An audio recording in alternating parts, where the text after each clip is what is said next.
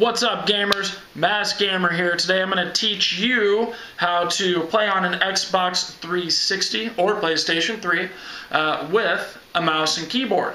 So I'm going to go ahead and show you my setup. I'm an avid PC gamer, have been for years, but with the lack of support for PC games and the community just kind of dwindling, I decided to move over to consoles.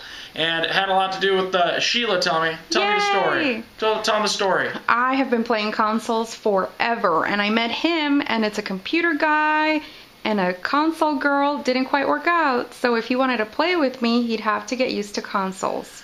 So what I had to do is I had to find a solution, and I looked everywhere. There's all kinds of different things. There's this one thing called a sniper, all kinds of other junk out there for using a mouse and keyboard with an Xbox 360. Well, I'm looking everywhere, and none of them really make sense. So what I did was I found this puppy, which it is the Zim 3. This is... I can't play video games without this. Now, I do play a lot of the games with the controller, but first-person shooters, I've got to have this Zim 3. This is a Zim 3, and it's an Xbox input machine is what it stands for. You can also use this with a PlayStation 3. You just have to get another adapter. If you're interested in that, let me know, and I'll send you the link to where you buy that.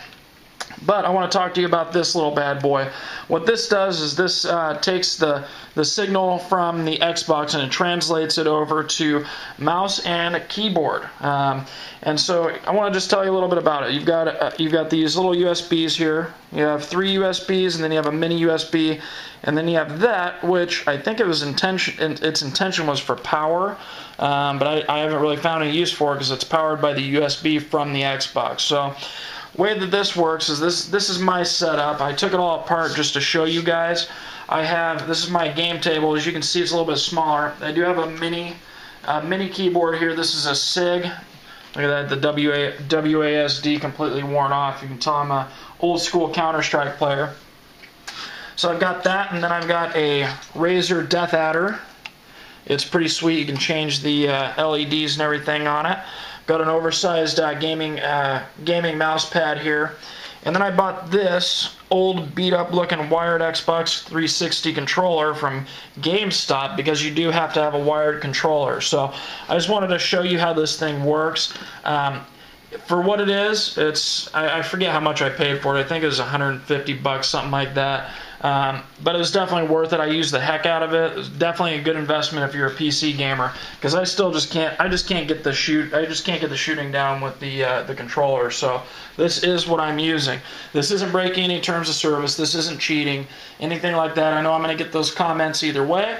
But you know what? It's just the style that I like to play with a mouse and keyboard. You like the controller, I like a mouse and keyboard, and I want to play with you. And I hope you want to play with me too. So anyways, I'm going to show you how this works. So first thing you do is you're going to have an Xbox 360, obviously, and you're going to plug in a USB, a mini USB, okay? So what you want is you want the mini USB, you plug that in, that's going to power it, and that's the start up there. So what this thing has is you can set up the config different ways. You can change your mouse sensitivity based on what kind of mouse you have. You're going to change your DPI, all of your mouse settings. I'm not going to get into that. There's a lot of support on the forums for it. I just want to show you how it works. It is a pretty unit, definitely worth every single dime. Now, this one that I have, I don't know if it's the USB cable or if it's the actual Zim 3 itself, but the power is a little bit iffy. Sometimes it seems like it'll power off if you're moving it while it's on, but other than that, there's not really any issues with it, and I don't have any problems. You can see I'm running the Black Ops config. There's standard configs here, and then there's other configs that you can run on it too. A lot of people will have their configs set up because the way that a controller works is there's a dead zone. Because see right here, you've got a dead zone when you're not moving it. So that's what that dead zone is called. So different games will have different shapes for the dead zone. So some of the really smart computer guys will go out and make custom configs for us. So Black Ops 1 I've got on here, and you can get it for anything. Gears of War, Black Ops, Modern Warfare 3, all kinds of different games. So you can kind of customize your experience to how you like to play. So really all you do is you plug it in. I'm going to plug in my mouse,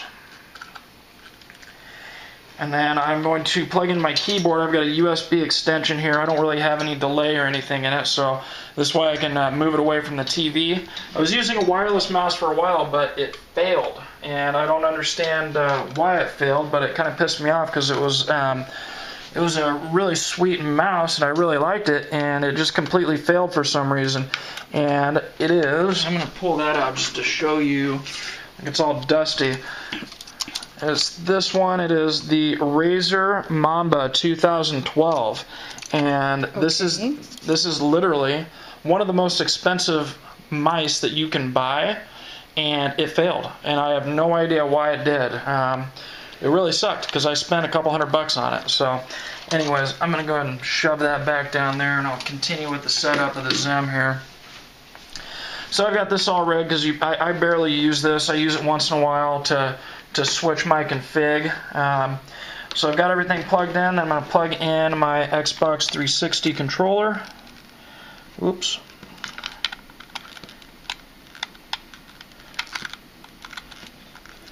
Kind of a tight squeeze there. So anyways, I've got it all set up, so I can just show you what it does here. You can edit configs, load configs. So we've got all kinds of different ones. You can customize it. Dead Island, Gears of War. You can only have a certain amount of them, but you hook it up to your laptop and you can download the different configs. It's pretty cool. You can do all kinds of different things. You can change your master settings, put your name there. I haven't even bothered doing that because I'm the only one that uses it. But that's really basically it. So, I mean, now I've got full mouse and keyboard functionality.